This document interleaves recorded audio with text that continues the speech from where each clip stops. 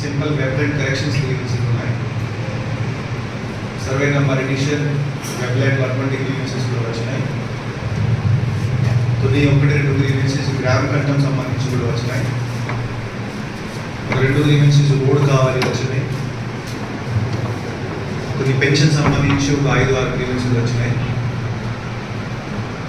So మామూలుగా ఈ grievances చూస్తే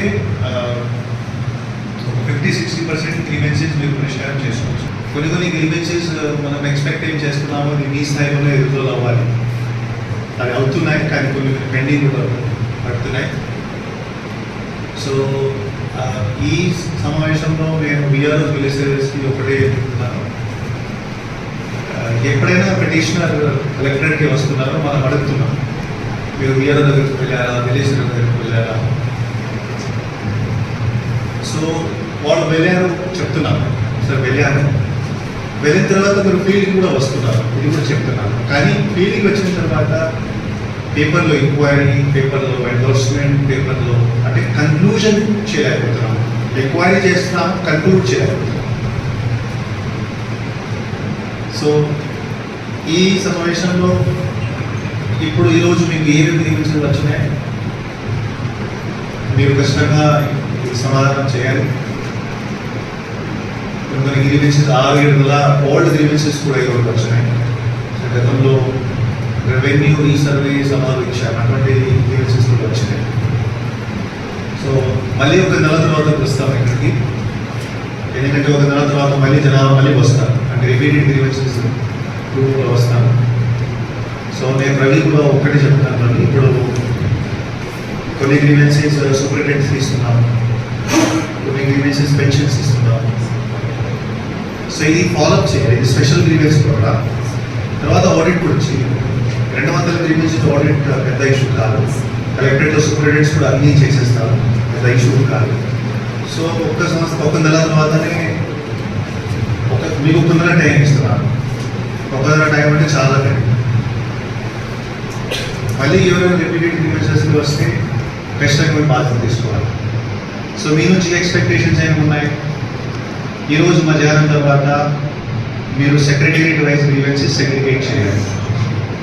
రెండవది గ్రీవెన్సెస్ మీరు కేటగిరీస్ వైజ్ డిస్ట్రిబ్యూట్ చేయాలి. రీసర్వే ఏమిటి, రెవెన్యూ ఏమిటి, మ్యుటేషన్ ఏమిటి, ఆర్ఓఆర్ ఏమిటి, బౌండరీ డిస్ప్యూట్ ఏమిటి, గవర్నమెంట్ ఎంక్రోచ్మెంట్స్ ఏమిటి.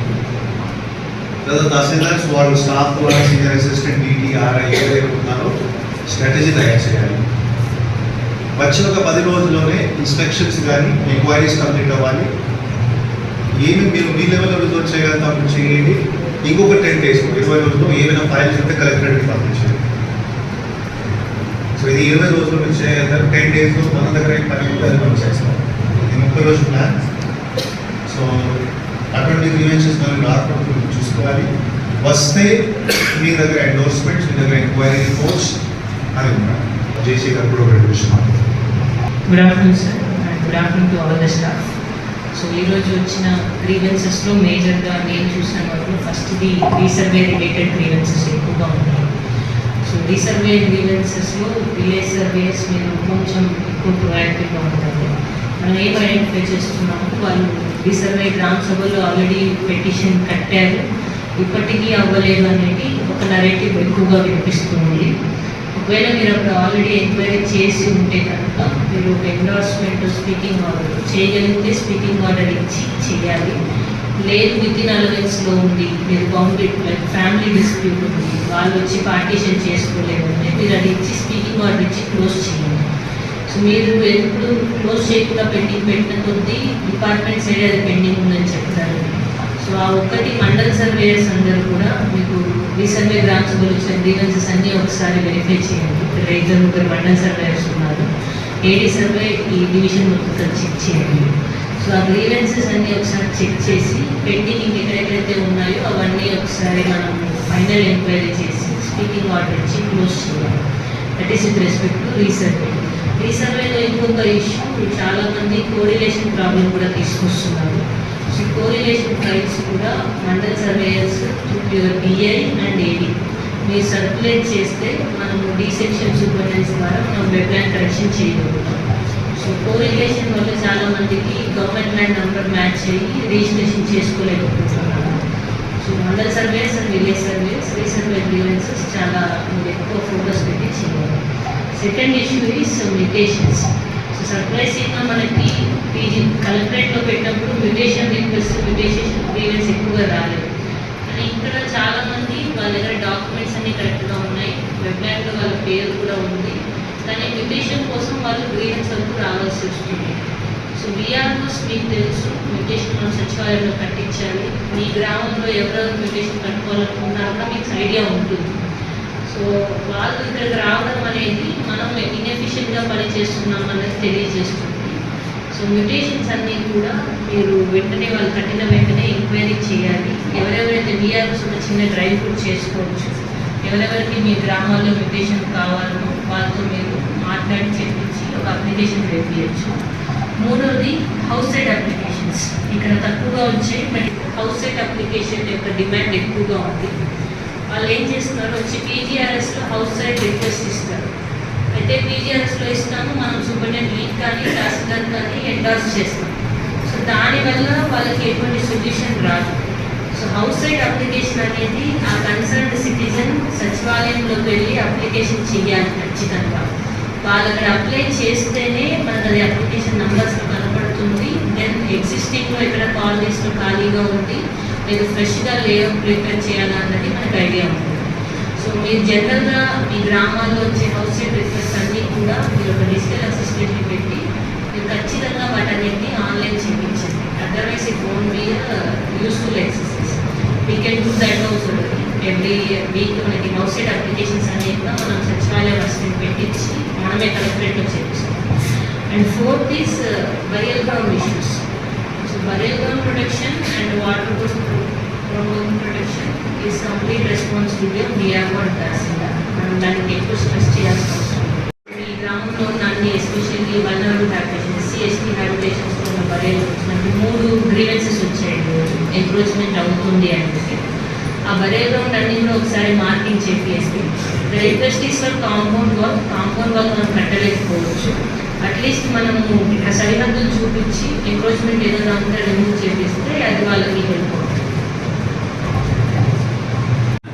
గౌరవ కలెక్టర్ గారు, జేసీ గారు, ఈ రోజున రొంపిచెర్ల, పుడిచెర్ల 2 మండలాలకి సంబంధించి గ్రీవెన్సెస్, స్పెషల్ గ్రీవెన్స్ డే ఏర్పాటు చేయడం నిజంగా ఇక్కడ దాదాపుగా ఇవాళ మనం చూస్తే ఈ 2 మండలాల నుంచే 180 to 200 మంది దాకా మన గ్రీవెన్సెస్ వచ్చినాయి. సో జేసీ మేడం గారు కేటగరైజ్ చేసి చెప్పినట్టుగా రెవెన్యూ, రీసర్వే, మేజర్ సింహపాతం అవి ఉన్నాయి. అదర్ డిపార్ట్మెంట్ ఒక 20 దాకా వచ్చి ఉంటాయి. రిమైనింగ్ వచ్చిన వాటిలో కూడా 180 దాకా ఈ 2 మండలాలవే. ఒక 10 నుంచి 20 దాకా వేరే సదుము, సోమల మండలాలు వచ్చినాయి. సో ఆల్మోస్ట్ ఈ 2 మండలాలకి సంబంధించిన అర్జీలన్నింటినీ కూడా కలెక్టర్ గారు మీకు ఒక ప్రత్యేకమైనటువంటి స్పెషల్ గ్రీవెన్సెస్కి ఒక కేటాయింపు ఇచ్చారు.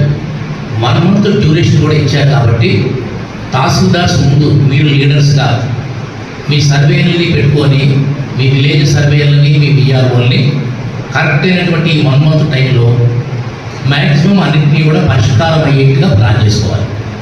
ఆల్మోస్ట్ మీరు కొన్ని వాటిలో ఇందాక మీరు చెప్పిన వాటిలో ఎండార్స్మెంట్ కూడా మీరు ఇచ్చున్నారు ఆల్రెడీ. మళ్ళీ అగైన్ వాళ్ళు వచ్చి అప్రోచ్ అయ్యారు. అంటే వాళ్ళ సంతృప్తి లేక కొన్ని వచ్చిన కేసులు ఉన్నాయి.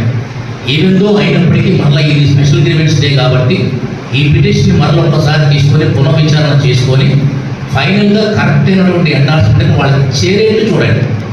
వాళ్ళకి చేరాలి. ఎండార్స్మెంట్ కాపీ వాళ్ళకి ముట్టినటువంటి ఎక్నాలజ్మెంట్ కూడా మీరు అప్లోడ్ చేయాలి.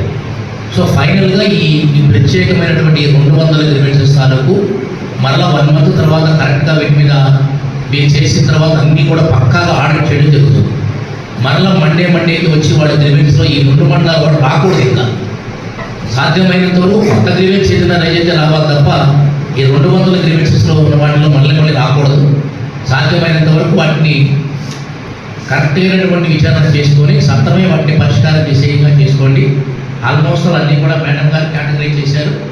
మ్యూటేషన్స్, ఆర్ఓఆర్, పాత్వే డిస్ప్యూట్స్, శ్మశానానికి సంబంధించినవి, అట్లాగే రీసర్వే గ్రీవెన్సెస్, వెబ్లాండ్ కరెక్షన్స్, కొన్ని చోట్ల 1-2 కలెక్టర్ గారి దగ్గరికి క్లాసిఫికేషన్ చేంజెస్ సంబంధించినవి కూడా వచ్చున్నాయి. ఇవన్నిటిని కూడా ఒకసారి అన్ని రెవెన్యూ మేజర్ 80-90% మేజరే కాబట్టి సర్వేయరు అండ్ విఆర్ఓ ఇద్దరు కలిసి సమన్వయంతో కరెక్ట్గా చేయండి. మళ్ళీ ఈ గ్రీవెన్సెస్ మీద రిపీటెడ్గా మనం రాకూడదు. సో ఆల్మోస్ట్ ఆల్ ఇక్కడ పబ్లిక్ రిప్రజెంటేటివ్స్ అందరూ కూడా అటెండ్ అయ్యి ఉన్నారు. మళ్ళీ వాళ్ళకు వచ్చినప్పుడు సంతృప్తి మేరకు స్థాయిలో మనం ఉండాలి. అట్లాగే ఈ పీజీఆర్ఎస్ సంబంధించిన దాన్ని రేపు ఉదయం మళ్ళీ స్టేట్ లెవెల్ ఆడిట్ చేసినప్పుడు కూడా దీని మీద ఎక్కడ కూడా మనకి నెగిటివ్ రాకూడదు. సో ఆల్రెడీ మనం చాలా బిహేవియరల్ అప్రోచ్ని అలాగే రిడ్రెసల్ అప్రోచ్ని అన్ని రకాలుగా మెథడ్స్ చెప్తున్నాం. ఒకసారి ఎలా దాన్ని డిస్పోజ్ చేస్తారు, దాని గ్రావిటీ ఎలా మీకు మెయింటైన్ చేస్తారు అనేది ఇద్దరు తహసీల్దార్కి పరీక్ష. సో దయచేసి మీ ఇద్దరు మీ టీం మొత్తాన్ని ఎంటైర్ తహసీల్దార్స్ని సర్వేస్ని మీరు మీకున్నటువంటి మీ ఆఫీస్ స్టాఫ్ను కూడా వినియోగించుకొని చాలా పకడ్బందీగా ఆడిట్ చేయండి. Thank you.